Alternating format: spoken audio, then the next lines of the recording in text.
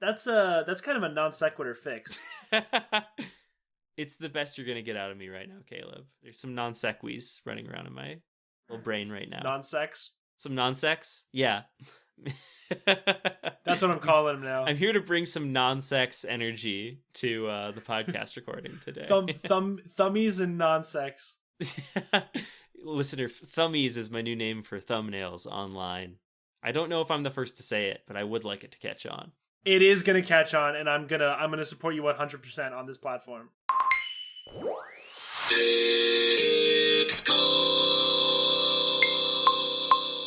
What if Madden Football had a dating simulator? What if Call of Duty had a taxes calculator? What if Sonic had arthritis and he couldn't run? What if Waluigi had a gun? New features, new graphics. Another instant classic. Remastered, revised, quadrupled in size, robustly monetized, now it's critically acclaimed. Hello and welcome to Hey We Fixed Your Game. And greetings from Fixco, the world's largest gaming conglomerate. This is a show where we, on behalf of Fixco, acquire beloved gaming IP and reimagine it with bold new ideas. I'm Dwight. I'm Caleb. Caleb, it's such a beautiful day to be a part of the world's largest gaming publisher, Fixco, don't you think? Is it a beautiful day? I haven't seen the outdoors since the last episode when we got here. That is true. We have been locked inside, and there's a conspicuous absence of clocks or timekeeping technology within this building. Yeah, is it day? I can't tell. I haven't found a window. I found Yeah. something that it was a convincing facsimile of a window, but it was but a digital illusion. Yeah, you showed that to me. It was really freaky. It was labeled as morale corner. Yeah, the morale corner. It had a cardboard cutout that said your boss and a speech bubble that said you're doing a great job. Yeah, I don't go there anymore. Oh, Caleb, did you hear that? What was that noise? Yeah, that was our computer. It only buzzes every 2 weeks. The computer that we share in our cubicle? You have a computer over there. It's not my problem that you never use it. No, that computer is home to a family of cockroaches that have been eating the wiring. Yes. And I would hate to impose on their space. They have squatters' rights. Yeah, you can use mine for as long as that's a problem. So let me just click, open up this email here, and... Hello, beautiful IP acquisition / podcast producer boys. Oh, that's nice. In honor of Fixco acquiring the country of Monaco... Whoa, that's cool. We have also acquired the gaming IP of Civilization as a thematic tie-in. That's interesting. That's Monaco. I mean, congratulations to Monaco, I guess. Yeah, that's pretty cool. We own country in real life, and we wanted to own the game about owning countries in not real life. Anyways, love you. Talk to you later. Sincerely, boss. I feel this weird. I feel like I've got to take that up with HR too. That seems like an I really inappropriate like way the to way boss communicate. talks to us. It makes me feel really happy. I love working for Fixco. Yeah, me too. Me too. For the record, me too. Well, All let's right, get Caleb, to work, shall we? Yeah, let's do it. So should we fix Monaco or should we fix the civilization, Sid Meier's civilization? I'm gonna let Monaco worry about itself. Okay. Why don't we take Civ out for a spin? All right. So I think we should say that there was a recent Civilization 7 released. And if you're not familiar, this is a long-running series of strategy games. They are like board games for your computer, where you run a country and do country things. And although neither of us has played Civilization 7, we both have spent a good deal of time in the Civilization zone, I would say. Yeah. I played Civ 4 when I was a kid. I played Civ 5 with Dwight very recently. And I've been doing copious amounts of research on Civ 7, as mandated by our corporate overlord. And I've also been trying to look into Civ 7. It's so recent that even if we had purchased it, we wouldn't have had much time to play it. But I will stand by the fact that Civ 5 is my most played game, probably of all time, if you were to look at my play counts on Steam. I spent so much time in Civ 5 over my college years. So it's a great game. It is a great game. I think, without further ado, Caleb, let's fix that game. Yeah, let's fix that game. All right, so I think a good place to start is if we're thinking about the Civilization franchise as a whole, Civ 7 seems to be a bit of a dark stain right now, in that it is getting mixed reviews, I would say. Yeah, well, apparently this is not uncommon for new Civ releases. Just like, everyone's going to have really strong opinions about how it should be done, and everyone's going to have a hard time letting go of the game that they spent hours and hours playing. You know what I mean? Like, That's the so transition true, yeah. from Civ 5 to Civ 6 was fraught with pain as well. It's like wives, but you get used to it. And I think the big thing for Civ 7, though, is we shouldn't get used to it. Caleb, I got you pretty good with that one. You really did. Yeah. I don't think we should force people to just adjust to a good game and learn new ways to like it. I think we should foolhardily scrap that and come up with something that's even more different. Yeah. Getting Do further not from go the target gently each time. Yeah. Do not go gently into that dark night. So I'm going to propose some ideas that I think we could use to reboot Civ 7 to give the people what they really want. Yeah. Based on my experience with the Civilization franchise, being a gamer. Yeah, you're a gamer. I am a gamer, and the first thing I would suggest is Civilization 7. We could run with the theme of civilization, or we could run with the theme of 7. How about Civilization 7 being 7 themed? So I would propose the following changes. Okay, this is immediately in the running for one of your worst fixes of all time. But hear me out, Caleb. Okay, You're gonna love this one. Out. Okay. So, how many players in a match? 7. How many tiles are on the board? 7. How many minutes does each match last? 7. Okay. How many dollars does this game cost to buy? 200? 7. 7. Okay. How many times are you legally allowed to play this game during your life? 7. Really? Are you serious? Yeah, you can we're only gonna play the limit game it. 7 times. It's just, it thematically fits. You can only play 7 rounds of Civilization 7, each consisting of 7 minutes. Yeah, make that time count. Life is short. You're gonna freaking die someday, okay? A bus will hit you tomorrow. No, listen. Tomorrow you're gonna step on the street and a bus is gonna hit you. And you're gonna be thankful that you spent your time playing Civilization 7 only 7 times. So really it's more like 7 apostrophe civilization rather than civilization apostrophe 7. We could throw in apostrophes anywhere we want, but it doesn't change the reviews. Yes, yeah. Which is going to be 7s across the board, Caleb. People are gonna think it's okay. That's better than what Civ 7's got right now. Yeah, so that is true. It can't be much worse. So I guess don't spend your life wasting away over a screen. Play a game 7 times, 7 minutes each, and go get hit by a bus. Civilization 7. Nice pitch. That's a really good elevator pitch.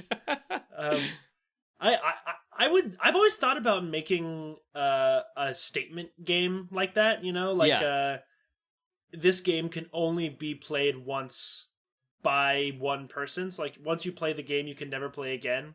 Like that competitive element could be really, really fun. I think you're on the verge of creating something like that here.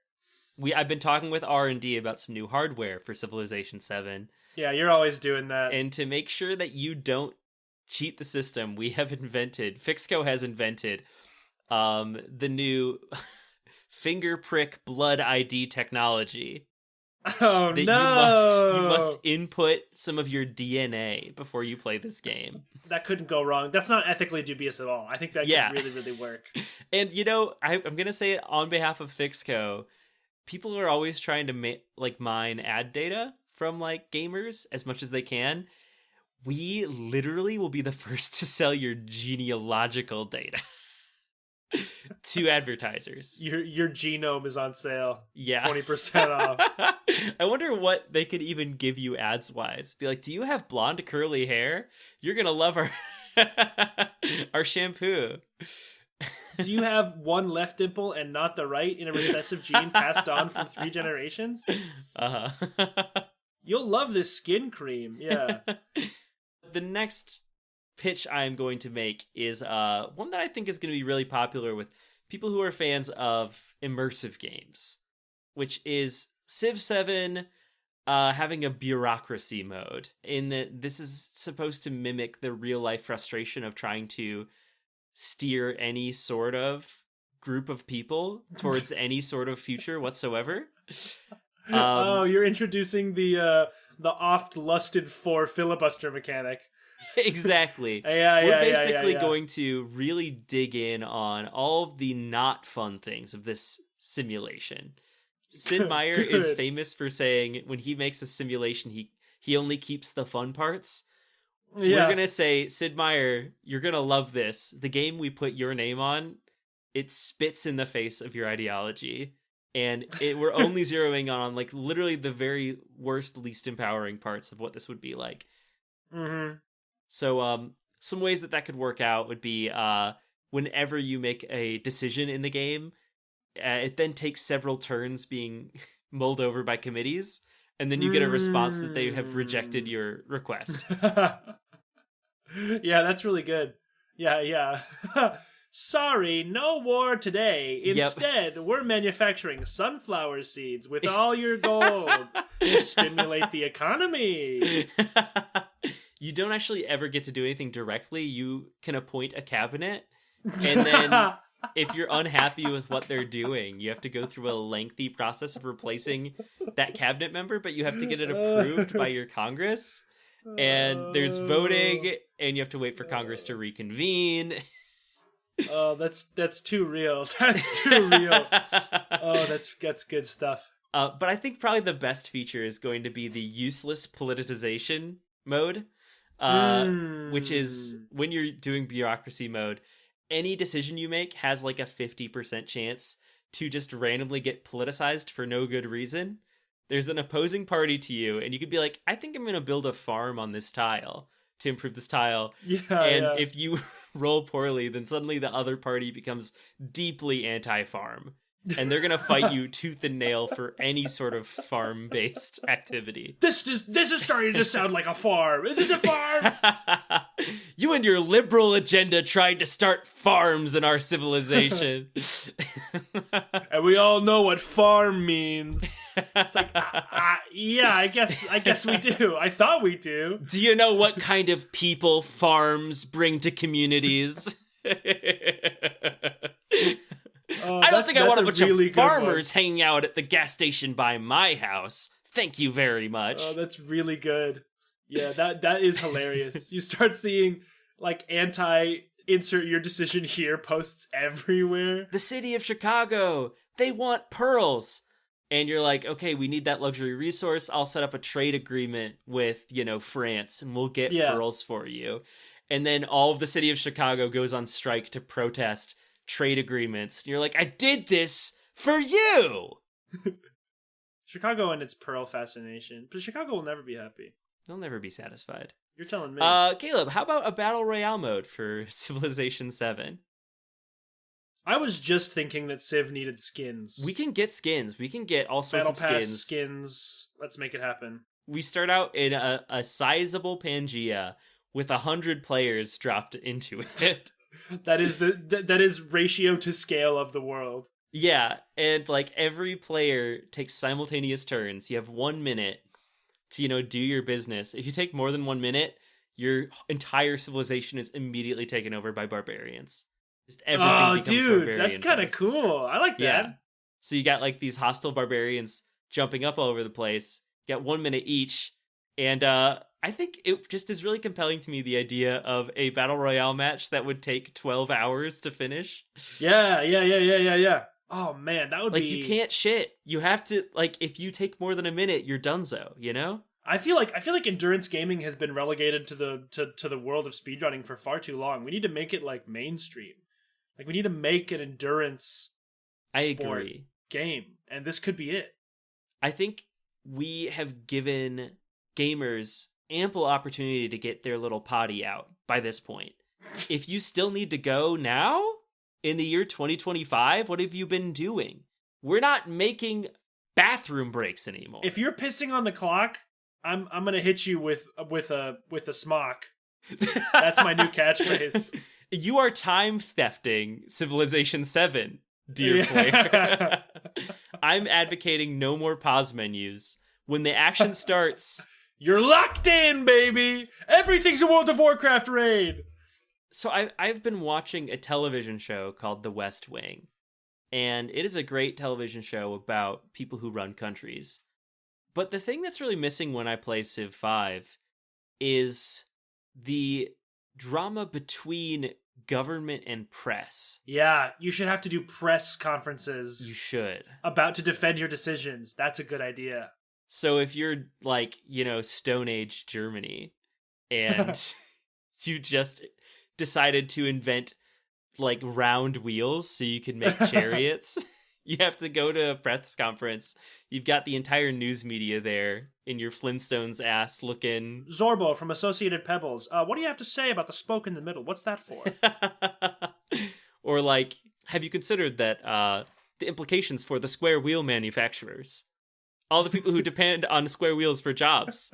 What's the plan for them? Blingo from Neanderthal Public Radio. Why roll so fast? Why no slow? Elaborate on that. Gongus from Dinosaur Times.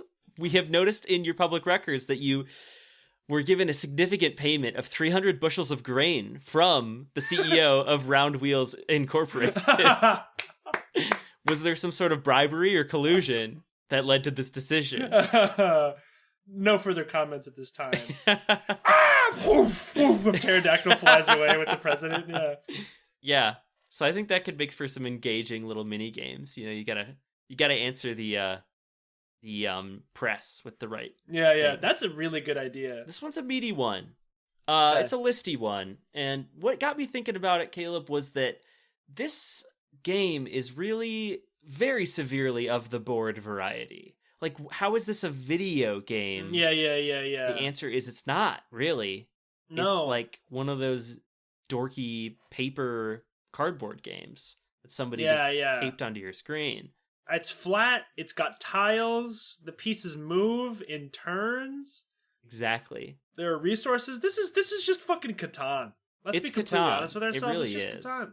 Yeah, you're playing Seven Wonders, and I think it's time for us to take the series in a bold new direction for Civilization 7. Uh-huh. So, I'm sorry, Sid Meier. Move aside, Sid. We've got Tony Hawk's Civilization 5. Yeah, dude. Hell yeah. Hell yeah. That's sick. Let's figure out, what does the gameplay look like in Tony Hawk's Civilization 7? Oh, God. Well, I think, first of all, instead of building, like, buildings, you're making skate parks. It's just skate parks. Yeah. And in order to move units around, you're doing, like, a Tony Hawk across the park of the map that you've created. So, like, half pipe into grind, into a full drop in, onto a skitch, onto a wall ride. Yeah, that's the only skateboard move you know. Tell me true and honest right now, Dwight, because you said this in a different HWFYG game episode a bunch of times too, and I think it's the only skateboard move you know. I know the left-handed scrank. That's not a real skateboard move. I know the California sizzle. That's not a real skateboard move. I can do the elbow grind, twist them up with a dab of salt.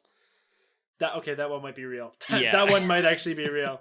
No, I do not know skateboarding tricks, but I do know that this is going to be a much more fun and high octane experience. Yeah, you're skating around the map. Yeah, like you drop in 14 infantry down a half pipe directly into the enemy's grind rail skate park capital. Yeah. They're done. Instead of like trying to gain different resources, it's just one resource, and it's like rad sickness.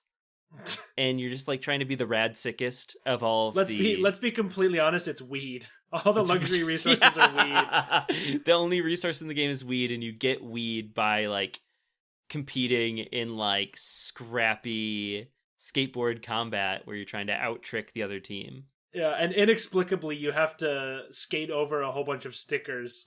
I don't know. I played a Tony Hawk game. I think we should model real world politics off of that too. Like, we should measure the quality of a politician based on how well they can do an ollie.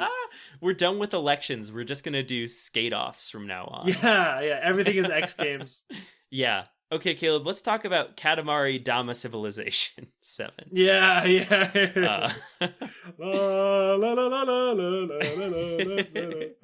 so I'm thinking this is one where maybe you're not one of the civilizations, you're just trying to keep any of the civilizations from really developing too far by like strategically rolling up bits of their land into your Katamari. Yeah.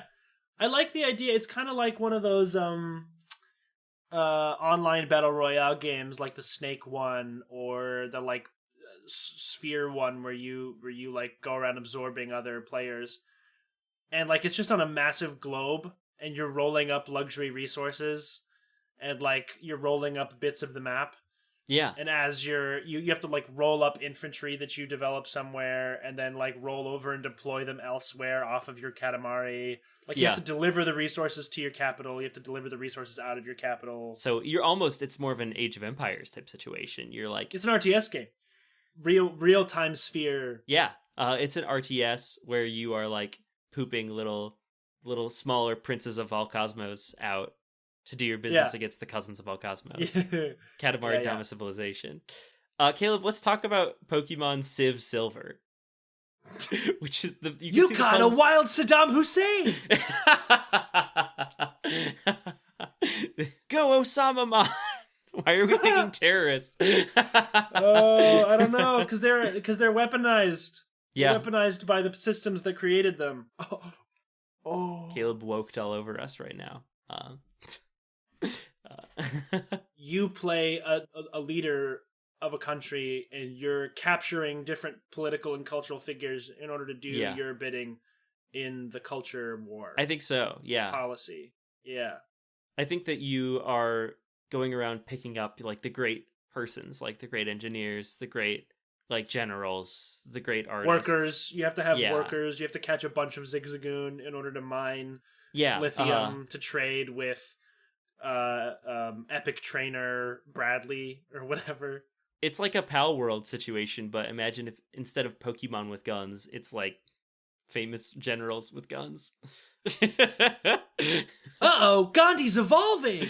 Bum, bum, bum, bum, He's now Gandissimo!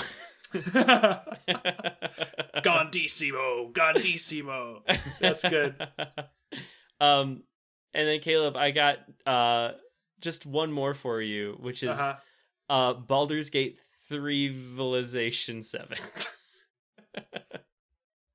You know, we got to pay homage to one of the most successful games of the last 2 years. Yes, we have to. It's a necessity. Yeah. I mean, that kind of plays out the way you'd expect. You play a young and aspiring president captured by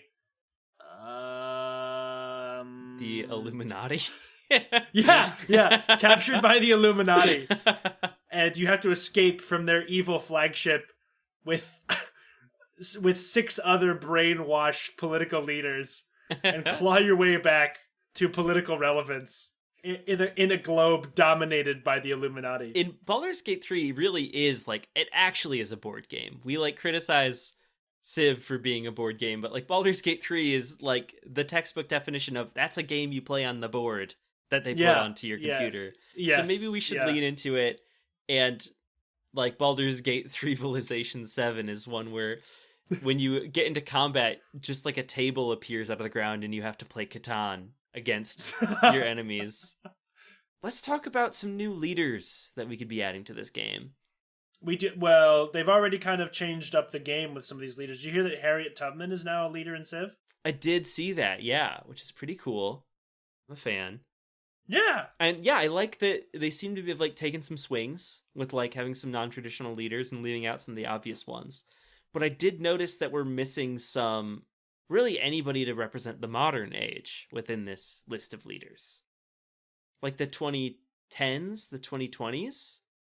Yeah, the where did that? 1990s? What happened with that? So I'm going to propose some options that I think we could bring in as leaders to represent the modern age. Uh-huh. How do you feel about Snoop Dogg as a leader? I had a feeling you were going to say Snoop. He's a really obvious place to start. Yeah, I think he's definitely an influential cultural figure. So yeah, he fits. And if you're playing Tony Hawk's Civilization 7, he has like weed bonuses. Yeah. He gets a multiplier for all the weed that you have Yeah. going into the modern era. Yeah. Yeah, alternate win condition blazed. Green victory. Caleb, you may have expected Snoop Dogg, but did you expect Garfield as being one of the options for Civs in Civ 7? Specifically Chris Pratt as Garfield. That's perfect, man. I think it's Perfect. good. You get a luxury resource that nobody else gets, which is lasagna. Lasagna? Yeah. But then you also get a shadow civ you have to fight against, which nobody else gets, which is John Arbuckle. And he will do anything to keep you from the lasagna. He's like a barbarian that keeps showing up within your civilization. They have to fight off every couple turns. Every Monday, he comes. Every Monday, John Arbuckle shows up in your Civ game to take your lasagna from you. Caleb, I think that, we have a lot of super groups of people who are influential. Mm-hmm. How would you feel about piloting a civilization as the band Pentatonics? Oh, that would be really good. I mean, you have power in numbers, which is one thing. It would be a very harmonious civilization. Like, I'm imagining you're on the diplomacy screen, and you've got Ben Franklin on one side and the entirety of Pentatonics on the other, going like, "Ba-do-ba-ka-ah." Doesn't matter who you are. If I'm Ben Franklin in that situation, I'm intimidated. I'm going, whoa, how do they make that sound with just the human mouth? The funny thing is, like, any form of modern music, if you were to show it to, like, Tecumseh, or like, Hatshepsut or whatever, they'd be like, what the fuck is happening? Except for if you brought them Pentatonics, they'd be like, okay, I think I understand what's going on here. I'm getting that. So you're like oracles, right? So you guys are like... You're like weird singers, huh? You guys are like priestesses, right? All of you are women. So I thought for sure, Dwight, when you pitched this idea, you were going to say BTS. BTS would also be really good, and also so funny to see all of them. Can we get all of the members of Brockhampton to come in and be on my Civ screen? Weezer! I got one for you. What about Germa985? Streamer and internet personality Germa985. I think that's really good. I feel like that would be a Germa elaborate stream he would do. Is like, he's done Sims. Now it's time for Germa to do Civ and like create a country live on stream and run. That would be pretty sick. I would watch it for sure. I would watch the hell out of that. Yeah. My last suggestion is Jeb Bush. What's that guy up to? What's he doing? Please clap. I haven't talked to him since 2016. It's been nearly a decade since he asked me to clap for him. I think we should give this to him. I will never get over. Please clap. Don't you think he deserves another chance at applause? Yeah, he does. He does. Oh, fuck. Oh, no. Let's get Jeb in here. Jeb, come on out. It's your time. I've got one more for you that I think you're going to really like. As a cinemaphile, as somebody who enjoys motion pictures. I've been known to ingest a moving frame or two. This game is best when you're really living in the world of your civilization. And what better way to be fully immersed in the waters of your own civilized decision-making than to every turn concludes with a 20-minute long Ken Burns documentary. Ken Burns comes in summarizing the decision, foreshadowing and summarizing your place in history, like for that given era. Yeah. Just really fleshing it out with specifics of like, you may have gone to war that turn, but what does that mean? He'll just invent a bunch of fake people. Yeah. Remix a bunch of real people into yours. So it'll be like, an ancient English general is fighting alongside Robert E. Lee or whoever for your country, Germany. King Henry IV, fighting. Yeah. Yeah. I think it would just be a really good way to really live in the world that you've created. Hear me out. So if that's in the baseline game, I think one of the DLC you can buy is Philomena Kunk. Yes. And Philomena Kunk like replaces all those documentaries between the different eras of your game. What if she's an anti-tutorial? Like, you can get a tutorial where they're like, you should do this, and she's just like questioning and confusing you for every step of the way. That would be pretty good, though. I think cinematic, like a black and white, reel to reel footage of just the atrocities that have taken place on your turn, very sobering, and will maybe make you think twice about trading all your bananas to frickin' Morocco. Oh, Caleb, did you hear that? We just received another email. That doesn't happen very often. Hey boys, just a reminder, add a dating simulator. Oh shit! Oh! We forgot. We need to add a dating simulator to the game. We've been forgetting about this. Civ leaders should be able to date each other. Yeah, 100%. I mean, it used to be like that in medieval times. We used to make political marriages all the time. Why not do that in your Civ? I'm looking for the experience of kind of all of these world leaders brought into modern day Hallmark movie territory. Of they're all like cute young singles who have like explosive chemistry potential with each other. You know, I would love to see Confucius and Ben Franklin spooning on a couch. Every G7 summit is like Love Island. Yeah, exactly. I would love like a mechanic where like, you know, you can set up relationships based upon like how they would mechanically impact your nation, but you're also trying to take good care of your leader as a person, like a relationship that's good for them. Yeah. Japan is in a romantic relationship with Nicaragua, but Nicaragua is also flirting with Sudan. And it's like, what's Japan going to think about that? You know, like it basically adds a whole nother layer on top of like, hey, you've been a really good trade partner, but you've not been a very good partner in bed. Right, yeah. Well, let's unpack this. You have a tech tree, you have a civics tree, and you have a sex tree. A sex tree, yeah. And you can, like, research as a leader, not as a civilization, as a leader, you can gain access to new positions sexually.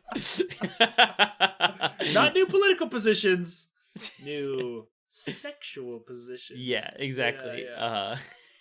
And like, you know, so maybe like a certain relationship would be really toxic, but it gives you like insane gold production, you know? It really like gets you bumping on food. But another relationship could be really stable, and like maybe this is like a casual relationship, so it opens you up to be dating other people as well, but you're not getting as much from any of them individually. The Italian starting country gives you a bonus when you cheat on partners, and the Swedish starting country gives you the ability to have like a polycule. Where you can be like, you can maintain healthy relationships with multiple countries and have them not be mad. Yeah. Plus also the Swedish civ leaders are just like beautiful, like snow white blonde, like blank white canvas people. Yeah, I think leaders can date, they can definitely fuck and learn all sorts of new cool positions. They can cheat. But they shouldn't. There's like a relational victory, which would be marriage, I guess. Yeah. Well, no, it's if you fuck everyone, if you have sex with all the leaders on the map. Okay, there's two routes to romantic victory. Yeah. One is you develop a relationship that is so incredibly deep and special that your countries get married. It's beautiful, but then the other option is you fucked everybody. You just run through the entire roster of civs on your map with you. You were really busy during the last UN hearing, let's just say. Geneva was not ready for me. I got some Geneva attention at the Geneva Convention. Oh, that's too good. Oh, Caleb, so I'm thirsty. Good. How would you feel about a water cooler let's break? Let's hit the water cooler break. Yeah, let's do it.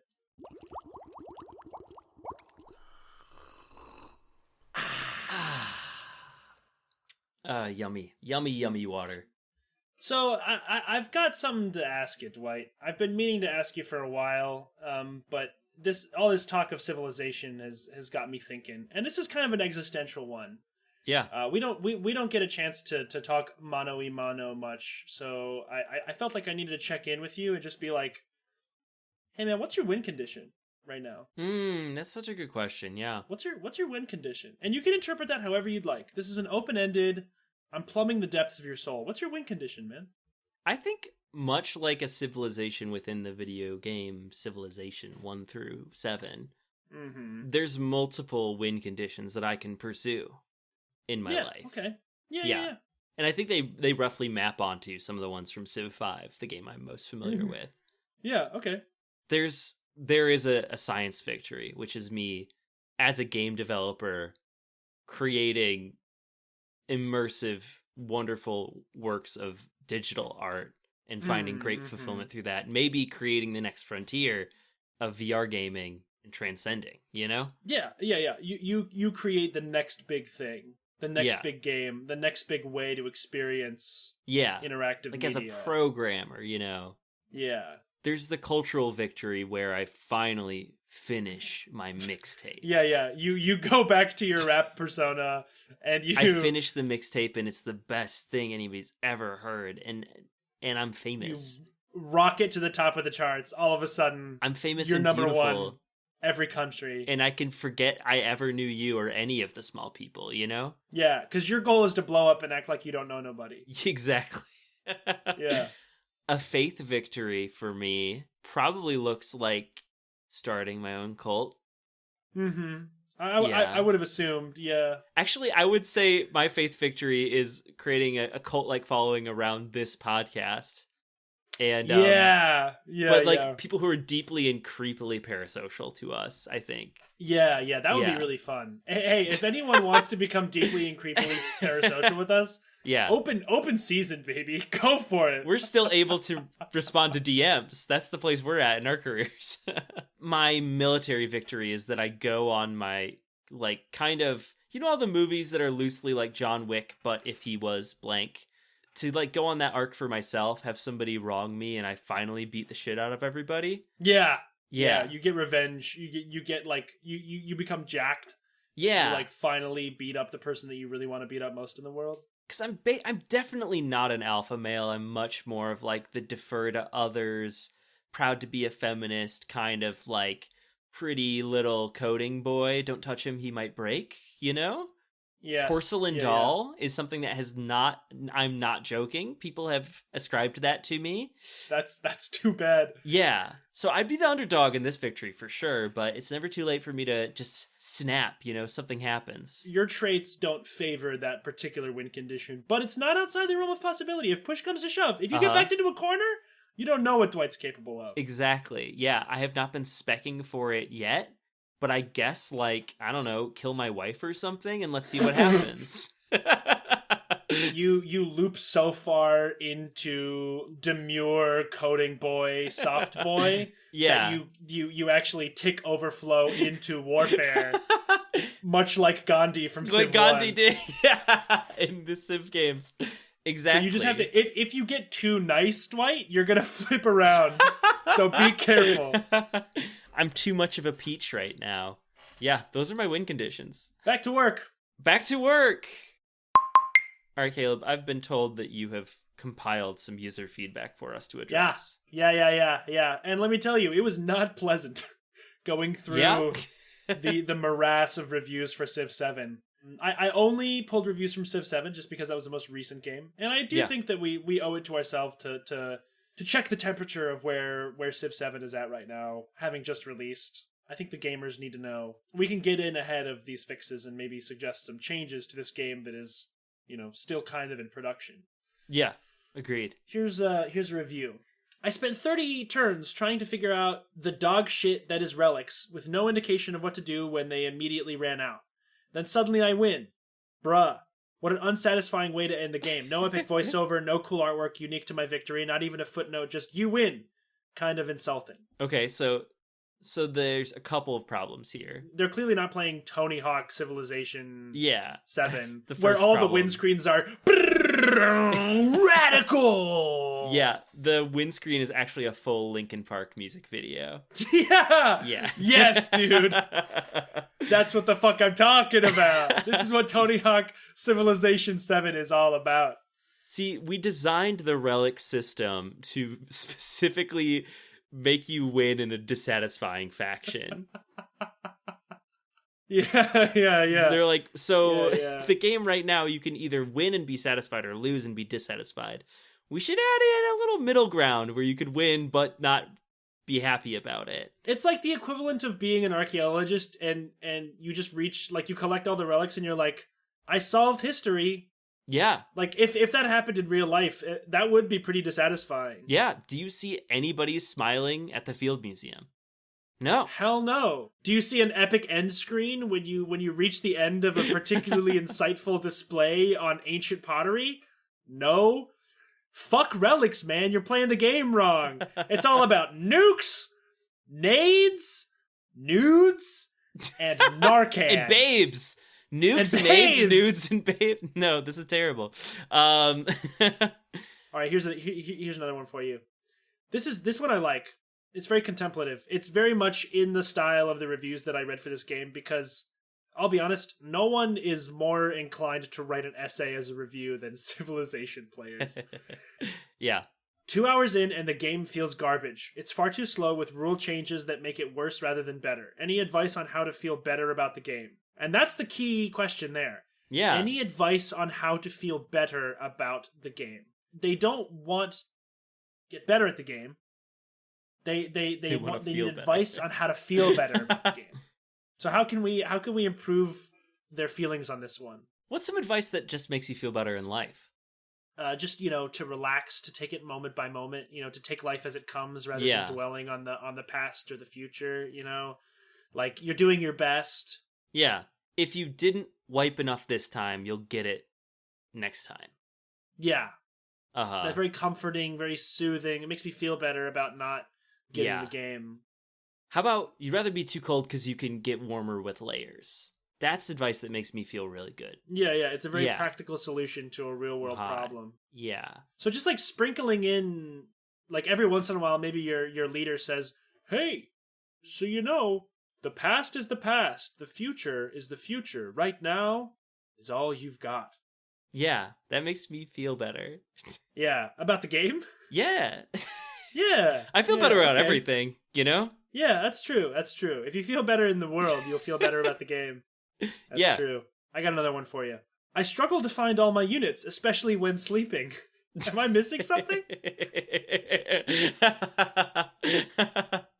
I see they're playing with the Hypnospace plugin. Yeah. So you can't actually play this game on the Hypnospace headband. Surgeon General's warning: game is not accessible via Dreamspace. Yeah. Uh-huh. I just think, like, here's my fix. Here's my solution for them. Try playing the game while awake. At least when you're trying to find your units, try doing it while awake. How do you feel about like a fugue state? Like kind of in between the twilight. If you can't handle being awake like fully, you can choose to you can play in a fugue state if you must, but we really do recommend you playing the game while fully alert. Yeah. I think this is like a really neat difficulty slider that everybody has access to in life, is just like don't get enough sleep and be kind of between the waking and dreaming worlds. Yeah. Normal, easy, hard, ultra, sleep deprivation mode. Yeah, exactly. Uh-huh. Okay. I honestly feel like this could have been a mobile game, not only because it's so unfinished, but because it's too gimmicky and streamlined. Too streamlined, yeah. I feel Gimmicky. that. Yeah, we should unstreamline this sucker. For one thing, we should make sure it's absolutely immobile. You can only play this at a kiosk at your local library. You're not taking this sucker anywhere. Our Fixco Civ 7 is going to be a board game. Fuck you. How could we make this less streamlined alongside? I mean, like, that's already a pretty good start. I think instead of having a complicated and uninformative UI that doesn't make any sense, yeah, as per many of the reviews I read, we eliminate UI entirely, and you have to like text adventure style write in what you're trying to do, and the game tries to interpret within the rules of the game as to the best of your ability. Yeah. What it is you're trying to do. So it's like, I want to make Athens citizens happier, and also I want to make sure I have enough grain to trade with Algiers. Yeah. And the game goes, okay, so you want to make a fish port directly on the border of Algiers and also launch a rocket directly into their civilian center. And you go, yeah, I guess. I guess, yeah, if you say so. No, I think that's really good. I would like it if, like, so I've been apartment hunting, and some of the bigger apartment spaces, you know, they just have you talk to a robot when you call them. And Yeah. I'm kind of rocking with the whole 1-800 call a robot type speech recognition as you like talk with them. So how about we give you a 1-800 number, and to perform any action on your turn, you have to call the number, and first you have to give them the code of the specific game you're in right now. And then you have to try and describe in terms that the robot will understand. And half the time it'll just say like, I'm sorry, I didn't catch that. Please repeat yourself. And it plays that goddamn insufferable like fake typing noise. Got it. Give me 1 second. Yeah. So you're trying to wage war with Bhutan. Got it. Is this correct? Yeah. That would definitely unstreamline your game. I have another UI fix when it comes to unstreamlining. Yeah, I think that the thing is, people won't appreciate the UI in all of its unstreamlined glory until they realize how bad they could have had it. So what if instead of any UI on screen, whenever you want to inspect something and get some data from it, you need your printer plugged in, and it will print out a sheet for you from your printer. Yeah. See, I think that actually would do something for some of those war gamers out there who are really looking for a crunchy experience. Like, they would love a fax machine to deliver the troops' orders. You know what I mean? Wait, what if it prints out for each turn? It prints out a form, and you have to fill out the form and scan it back into your computer. You have to Scantron your turns. That's sick. That's actually really cool. That's pretty good. That'd be a fun way to play a game. That actually would be kind of like a fun gimmick for like an itch game or something like that. Yeah. All right, here's another one. Sid Meier personally spit in my mouth and spanked my bottom with this game's release, and I did not consent.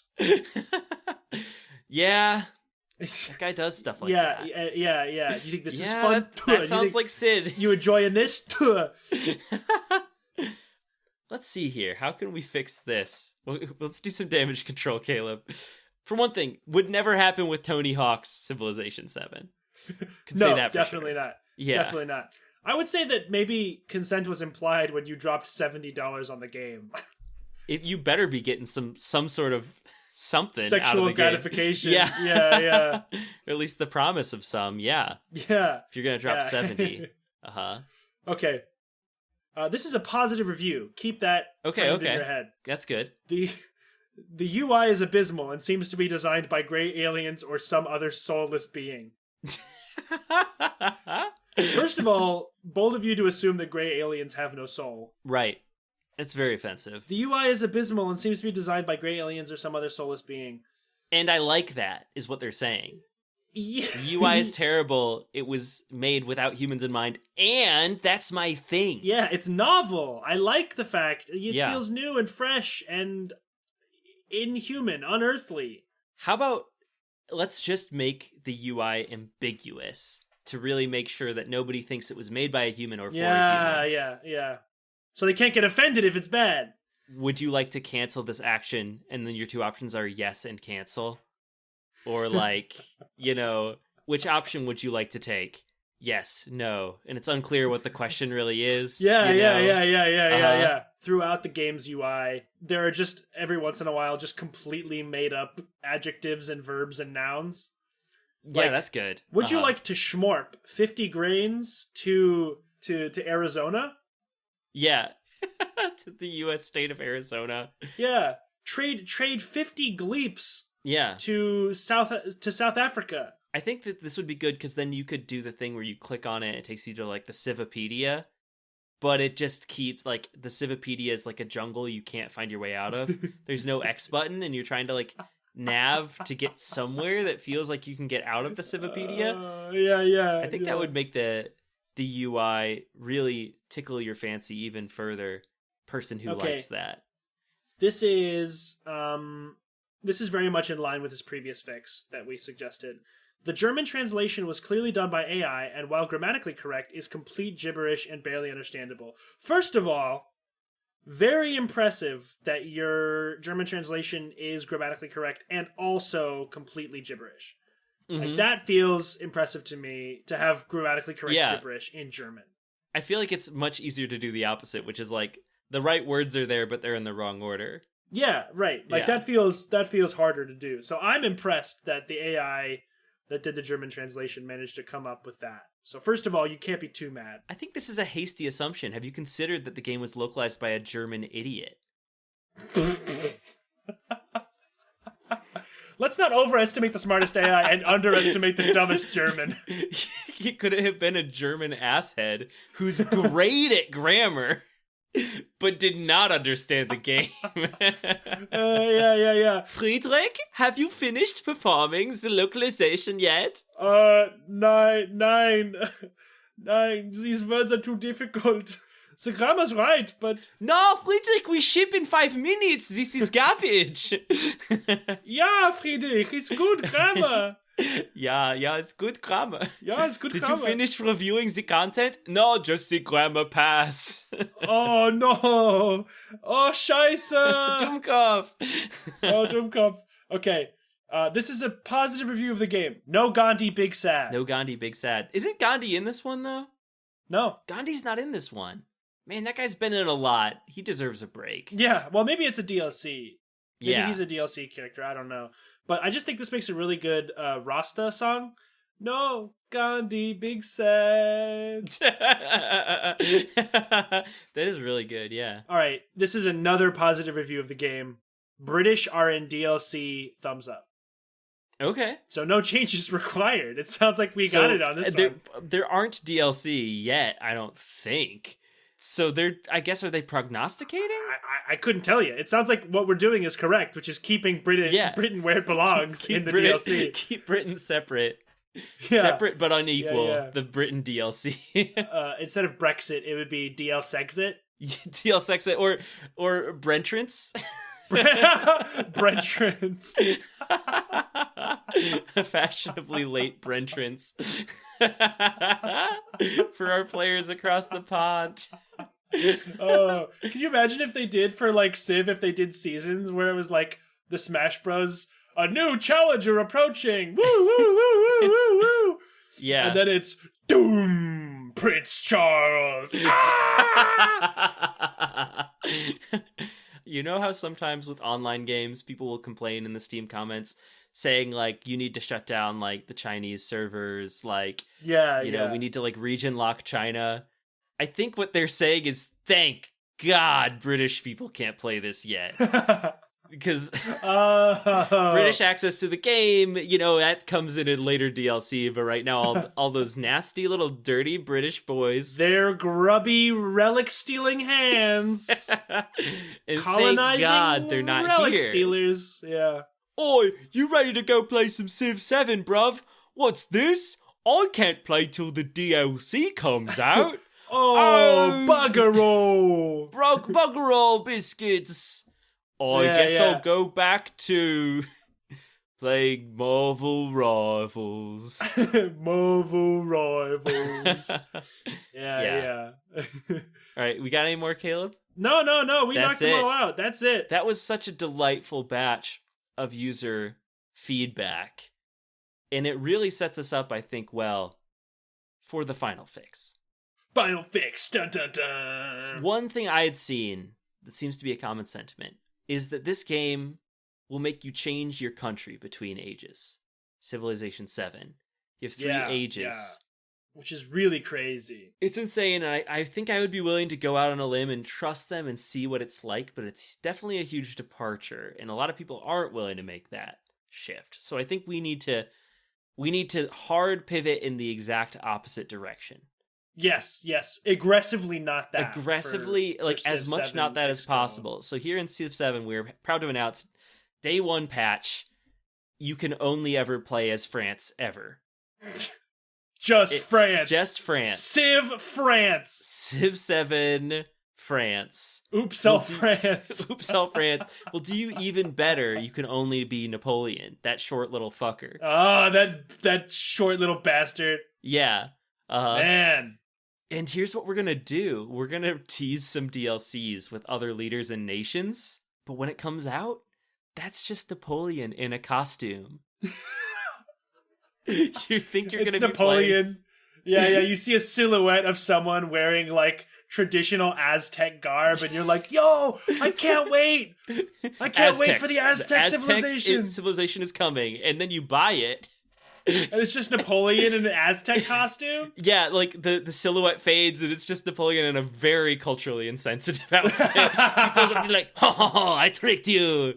And then he like runs off. Hey, one more win for the French. Yeah. He gets on his big ass horse and rides off.